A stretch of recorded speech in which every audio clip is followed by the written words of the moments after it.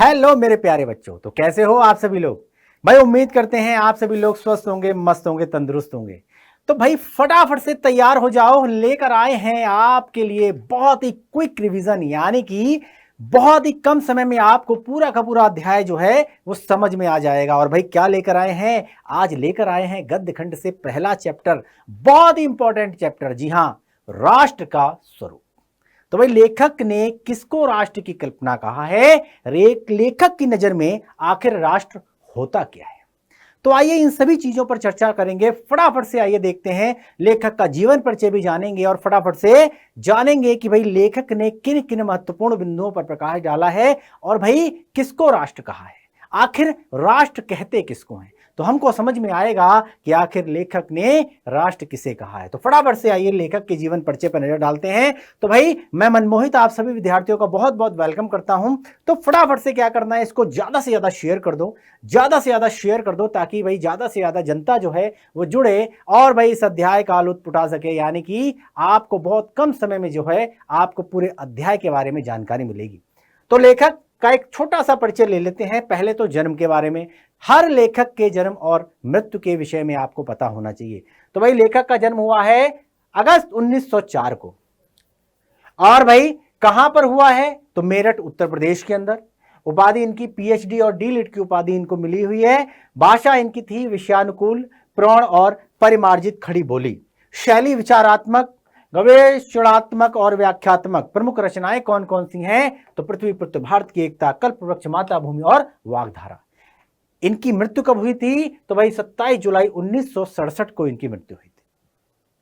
क्या स्थान रखते हैं साहित्य में, तो भाई निबंधकार के रूप में, टीकाकार के रूप में, साहित्यिक ग्रंथों के कुशल संपादक के रूप में ख्याति प्राप्त हैं। तो ऐसे कुशल व्यक्तित्व के धनी हैं। तो आइए फटाफट से चलते हैं कि भाई आगे क्या है। तो भाई अग्रवाल जी की जो कृतियां हैं, कौन कौन सी कृतियां हैं, तो सबसे पहले इन्होंने जो है निबंध संग्रह लिखे हैं। निबंध संग्रह में पृथ्वीपुत्र आ जाता है, कल्पलता, कला और संस्कृति, कल्पवृक्ष, भारत, एकता, माता भूमि और वाग्धारा। शोध इसने किया है इन्होंने पाणिनीय भारत पर इन्होंने शोध किया है और संपादन किया है जयसी कृत पद्मावत की संजीवनी व्याख्या, बाणभट्ट की हर्षचरित का सांस्कृतिक अध्ययन, और इसके अतिरिक्त इन्होंने संस्कृत, पाली और प्राकृत अनेक ग्रंथों का भी संपादन किया है। तो ये क्विक फटाफट से हमने लेखक के बारे में जान लिया और मुख्य मुख्य बिंदुओं पर हमने प्रकाश डाल लिया, है ना। लेखक के जन्म के संबंधित, मृत्यु के संबंधित, उपाधि कौन कौन सी है, रचनाएं कृतियां कौन कौन सी हैं, साहित्य में क्या क्या योगदान है, भाषा और कृतियां। और बताइए और क्या चाहिए, और बताइए और क्या चाहिए, है ना। तो क्विक फटाफट हमें लेखक के बारे में पता लगा। अब चलते हैं अपने अध्याय के बारे में, यानी कि सारांश के बारे में पता करते हैं कि भाई लेखक किन चीजों पर लेखक ने प्रकाश डाला है। तो भाई प्रस्तुत जो निबंध है ये क्या है, ये एक निबंध है ना। किसके द्वारा लिखित है, डॉक्टर वासुदेव शरण अग्रवाल के द्वारा लिखित है, ठीक है। तो ये जो निबंध संग्रह पृथ्वी पुत्र से लिया गया है, ठीक है, पृथ्वी पुत्र से लिया गया है और इसमें लेखक ने राष्ट्र के स्वरूप को 3 तत्वों में समृद्ध किया है। यानी कि लेखक ने 3 महत्वपूर्ण बिंदुओं पर प्रकाश डाला है। कौन कौन सा, पहला है पृथ्वी, दूसरा है जन, तीसरा है संस्कृति, यानी कि हमारा आचरण। इन 3 के बिना राष्ट्र की कल्पना करना भी मूर्खता है। यानी कि अगर बात करी जाए, अगर पृथ्वी है तो भैया उस पर रहने वाले लोग नहीं होंगे तो भैया राष्ट्र कैसे कहलाएगा। पृथ्वी भी है और लोग भी हैं, और भैया अगर हमारी संस्कृति नहीं होगी तो भी राष्ट्र नहीं कह सकते आप, है ना। तो पृथ्वी को माता के रूप में मानना और स्वयं को पृथ्वी का पुत्र मानना, ये राष्ट्रीयता की भावना के उदय के लिए बड़ा ही आवश्यक है। भाई जिस प्रकार से हमारा कर्तव्य होता है अपनी माता के प्रति, उसी प्रकार से ये धरती जो है ना, ये भी हमारी माँ है और हम इसके पुत्र हैं। तो भाई माता के प्रति जो है, पिता का जो पुत्र का जो है वो कुछ तो कर्तव्य होता है। तो राष्ट्र के समग्र रूप में भूमि और जन का दृढ़ संबंध होना चाहिए। इसके साथ साथ संस्कृति के विषय में भी लेखक ने मार्मिक विचार प्रकट किए हैं। और भाई लेखक के अनुसार सहृदय व्यक्ति के प्रत्येक संस्कृति के आनंद पक्ष को स्वीकार करता है और भाई उसे आनंदित तोड़ता है। यानी कि पृथ्वी, जन और संस्कृति के बिना राष्ट्र की कल्पना करना असंभव है। तो फटाफट से आइए देखते हैं, क्विकली फटाफट एक एक करके देखते हैं फटाफट से, ताकि हमें समझ में आ जाए। तो ये रहे वो 3 पार्ट। पहला क्या है, पृथ्वी। दूसरा क्या है, जन, यानी कि लोग, पॉपुलेशन, है ना, हमारे आसपास जो लोग रहते हैं, है ना, हम भी उन्हीं में शामिल हैं। तो पहला पृथ्वी, जहां हम लोग रहते हैं, और दूसरा है हमारी संस्कृति। यही तो है हमारी संस्कृति, है ना, इसी संस्कृति के साथ तो हम बंधे हुए हैं, है ना। तो भूमि, जन और संस्कृति के बिना राष्ट्र की कल्पना करना असंभव है। आइए एक एक करके देखते हैं। तो पृथ्वी यानी भूमि को समृद्ध बनाने पर बल दिया है लेखक ने। तो लेखक का मानना है कि भूमि का निर्माण जो है देवताओं के द्वारा किया गया है, इसका अस्तित्व अनंत काल से विद्यमान है और इसीलिए मानव जाति का एक कर्तव्य है कि वो इस भूमि के प्रति सचेत रहे, इसके रूप को विकृत न होने दे और इसे समृद्ध बनाने की दिशा में सजग रहे। यानी कि एक प्रकार से अगर बोला जाए कि भाई इसका अनंत काल से जो है देवताओं ने जो है इसका जो है निर्माण किया है, अनंत काल से इसका अस्तित्व है और भाई व्यक्ति यानी कि मनुष्य का कर्तव्य है कि भाई इसके रूप को जो है विकृत ना होने दे, यानी कि बिगड़ने ना पाए और ये समृद्ध बनाने के लिए हमें जो भी करना पड़े हमें इस भूमि के लिए, अपनी इस धरा, इस माटी के लिए, इस माँ के लिए करना चाहिए। लेखक कह रहा है कि भाई भूमि के पार्थिव स्वरूप के प्रति हम जितना अधिक जागरूक रहेंगे हमारी राष्ट्रीयता उतनी ही बलवती होगी, क्योंकि हमारी समस्त विचारधाराओं की जननी ये पृथ्वी ही तो है। जो राष्ट्रीय विचारधारा पृथ्वी से संबद्ध नहीं होती वो आधार विहीन होती है, उसका अस्तित्व थोड़े समय में ही नष्ट हो जाता है।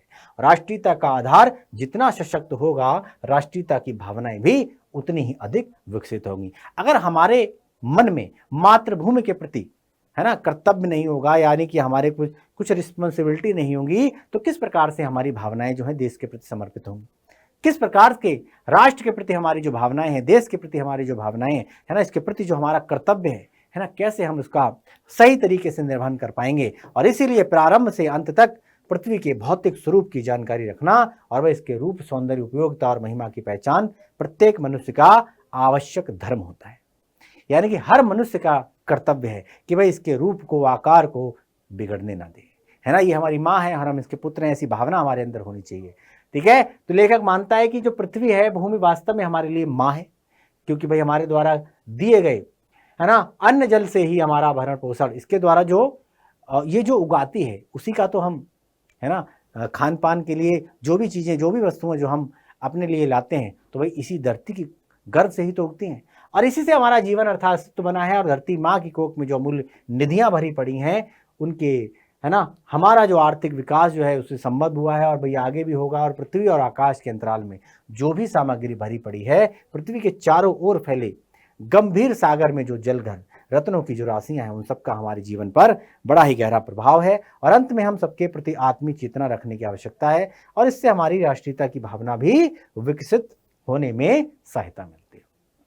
यानी कि एक धरती माँ के गर्भ से जो वो चीजें अमूल्य निधियां हैं, उसका हमारे जीवन पर जो है बहुत ही महत्वपूर्ण प्रभाव है और हमारा कर्तव्य बनता है कि हम इस माटी के प्रति जो है समर्पण भाव रखें, आदर रहें। जिस प्रकार से हम अपनी माँ के प्रति हमारा कर्तव्य होता है, उसी प्रकार से इस माटी के प्रति भी हमारा कर्तव्य होना चाहिए। ठीक है, तो पहला पार्ट क्या है? धरती, यानी कि पृथ्वी का होना अति आवश्यक है। अब पृथ्वी हो गई, अब पृथ्वी यानी कि जन के बिना दूसरा पॉइंट क्या है? यानी कि राष्ट्र का जो दूसरा, राष्ट्र कहते किसको है? तो एक तो पहला भूमि आ गई, तो भूमि बहुत इंपॉर्टेंट होती है। अब भूमि मिल गई, अब भूमि पर जब लोग ही नहीं रहेंगे तो भूमि किस काम की, है ना, चाहे वो सोना ही क्यों ना उगले। ठीक है, तो उस पर जो मनुष्य है, राष्ट्र का सर्वाधिक महत्वपूर्ण अंग है जन, यानी कि मनुष्य, पॉपुलेशन, यानी कि लोग। तो लोग का कहना है, लेखक का, कि पृथ्वी अर्थात भूमि तब तक हमारे लिए महत्वपूर्ण नहीं हो सकती जब तक इस भूमि पर निवास करने वाले मनुष्य को साथ में जोड़कर न देखा जाए। यानी कि जब लोग ही नहीं रहेंगे तो इसमें उपजाऊ जो भी चीजें होंगी, जो भी उनका इस्तेमाल कौन करेगा? लोग ही तो करेंगे।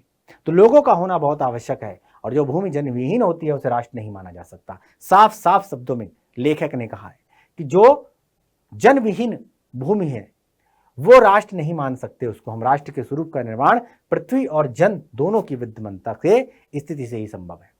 पृथ्वी मेरी माँ है और मैं उसका पुत्र हूं, ये भावना के साथ माता पुत्र के संबंध की मर्यादा को स्वीकार करके प्रत्येक देशवासी अपने राष्ट्र और देश के प्रति कार्य करते हुए अपने कर्तव्यों और अधिकारों के प्रति सजग हो सकता है। अगर ये भावना हमारे मन में जागृत हो जाए कि धरती हमारी माँ है, हम इसके पुत्र हैं या पुत्री हैं, ठीक है, तो इस प्रकार से क्या होगा, है ना, एक भावना जो हो जाएगी राष्ट्र के प्रति, जो हमारी भावना जगती है, तो इस माँ के प्रति जो हमारा कर्तव्य है, इस तरीके से, है ना, हमारी राष्ट्र के प्रति भावनाएं जो हैं सही तरीके से प्रमाण चढ़ेंगी और वही हमारे अधिकारों को सजग हो जाएंगे। पृथ्वी पर रहने वाले जनों का विस्तार व्यापक है और इनकी विशेषताएं भी विविध है। जन का महत्व सर्वाधिक है, जन के बिना राष्ट्र की कल्पना करना असंभव है और ये जन अनेक उतार चढ़ाव से जूझते हुए, कठिनाइयों का सामना करते हुए आगे की तरफ बढ़ते रहते हैं, है ना। और भाई इन सबके प्रति आत्मीयता की भावना हमारे अंदर राष्ट्रीयता की भावना को सुदृढ़ करता है ना। ये लोग ही होते हैं जो देश का विकास करते हैं, ये लोग ही होते हैं जो लोगों को आगे बढ़ाते हैं, लोग ही होते हैं जो अपने साथ साथ अपने परिवार का, अपने समाज का, अपने देश का, है ना, विकास करते हैं और आगे की तरफ जाते हैं। तो भाई लोगों के बिना आप राष्ट्र की कल्पना नहीं कर सकते, है ना। तो पृथ्वी और क्या, इस पर रहने वाले लोग, दो हो गए, ठीक है। तो राष्ट्र की प्रगति समानता के भाव द्वारा ही संभव होती है, ये भी एक महत्वपूर्ण पॉइंट है। तो माता अपने सभी पुत्रों को समान भाव से प्रेम करती है, आप सभी को पता है। इसी प्रकार पृथ्वी भी उस पर रहने वाले सभी मनुष्यों को समान भाव से चाहती है ना। उसके लिए सभी मनुष्य समान है और धरती माँ अपने सभी पुत्रों को समान रूप से समस्त सुविधाएं प्रदान करती है। और धरती पर रहने वाले मनुष्य भले ही अनेक जातियों के हों, धर्मों के हों, समुदायों के हों, है ना, किंतु फिर भी ये सभी मातृभूमि के पुत्र हैं। और मातृभूमि के साथ साथ उनका जो संबंध है उसमें कोई भेदभाव उत्पन्न नहीं हो सकता। और धरती पर सब जातियों के लिए एक समान क्षेत्र है, यानी कि जिस प्रकार से एक माँ के 4 पुत्र होते हैं, सभी को बराबर बराबर प्यार करते हैं, सभी के लिए समान रूप से जो सुविधाएं उपलब्ध होती हैं, उसी प्रकार से इस धरती पर जो भी चीज़ें उगती हैं, जो भी चीज़ें, है ना, लोगों के लिए हैं। यानी ये नहीं पूछती ये धरती कि आप हिंदू हो, मुस्लिम हो, सिख हो, ईसाई हो, यानी कि पृथ्वी पर रहने वाले जितने भी लोग हैं वो कौन है, धरती माँ के पुत्र हैं, पुत्रियाँ हैं, ठीक है। तो समान रूप से विकास के लिए सभी के लिए हैं और इसीलिए सभी मनुष्यों को देश के प्रति, है ना, देश की प्रगति और उन्नति करने का समान अधिकार है। उसकी एक जन को पीछे छोड़कर राष्ट्र प्रगति नहीं कर सकता, ये साफ साफ शब्दों में लेखक ने कहा है। सभी को एक समान रूप से प्रगति और उन्नति करने का अवसर मिलता है और भाई मिलना भी चाहिए। इनमें किसी प्रकार का भेदभाव नहीं होना चाहिए। जब माँ अपने बच्चों में भेदभाव नहीं करती तो हम और आप कौन होते हैं भेदभाव करने वाले, है ना। समस्त देशवासियों का एक कर्तव्य है कि वे अपने निजी स्वार्थों को त्याग कर संकुचित दायरे से निकलकर उदार और व्यापक दृष्टिकोण अपनाएं और इस प्रकार समानता के भाव द्वारा ही राष्ट्र की प्रगति संभव है ना। तभी उन्नति हो सकती है, तभी देश का विकास हो सकता है ना। तो बड़ा दिल रखकर आगे आना चाहिए, सभी की उन्नति, सभी का विकास हो, सभी का उन्नति हो और भाई राष्ट्र आगे जाए, है ना। इसी तरीके से जो है हम देश को जो आगे की तरफ लेके जाते हैं। तीसरा महत्वपूर्ण बिंदु आता है क्या, संस्कृति। तो एक भूमि का टुकड़ा होना आवश्यक है, भूमि के साथ साथ भूमि पर रहने वाले लोग आवश्यक हैं और जब तक संस्कृति का ना मिलना हो तब तक हम राष्ट्र की कल्पना नहीं कर सकते। तीसरा एलिमेंट है संस्कृति, यानी मनुष्य के मस्तिष्क का प्रतीक बोला गया है इसे। तो लेखक का मानता है कि संस्कृति ही जन का मस्तिष्क है और संस्कृति के विकास और अभ्युदय के द्वारा ही राष्ट्र की वृद्धि संभव है। तो राष्ट्र के समग्र रूप में भूमि और जन के साथ साथ संस्कृति का महत्वपूर्ण स्थान है।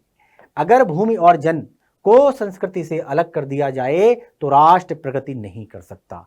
तो लेखक साफ साफ कह रहे हैं, है ना, कि अगर भूमि और जन को, यानी कि भूमि और भूमि पर रहने वाले लोग, इनको अगर संस्कृति से अलग कर दिया जाए तो राष्ट्र कभी भी प्रगति नहीं कर सकता, ठीक है। किसी भी राष्ट्र के लिए संस्कृति उसकी जीवन धारा है ना। तो अपनी संस्कृति के साथ साथ हम अपना भी विकास करते हैं, अपना राष्ट्र का भी विकास करते हैं। तो अगर संस्कृति नहीं है तो हम जाहिर सी बात है आगे प्रगति नहीं कर सकते। तो प्रत्येक जाति अपनी अपनी विशेषताओं के साथ साथ संस्कृति का विकास करती है ना।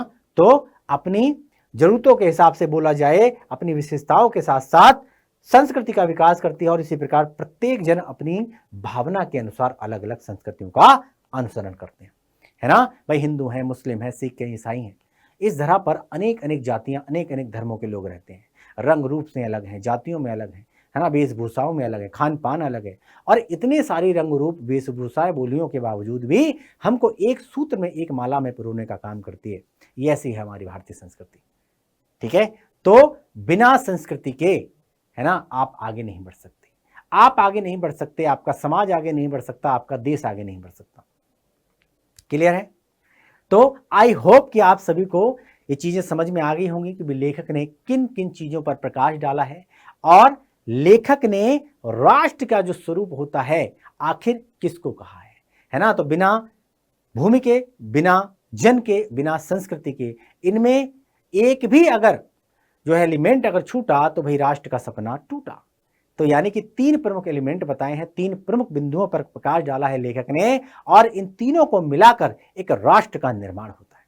आई होप कि आपको आज का ये वीडियो जो है शानदार जो है, वीडियो के माध्यम से आपको पता चला होगा कि भाई किस प्रकार से राष्ट्र की कल्पना लेखक ने कही है।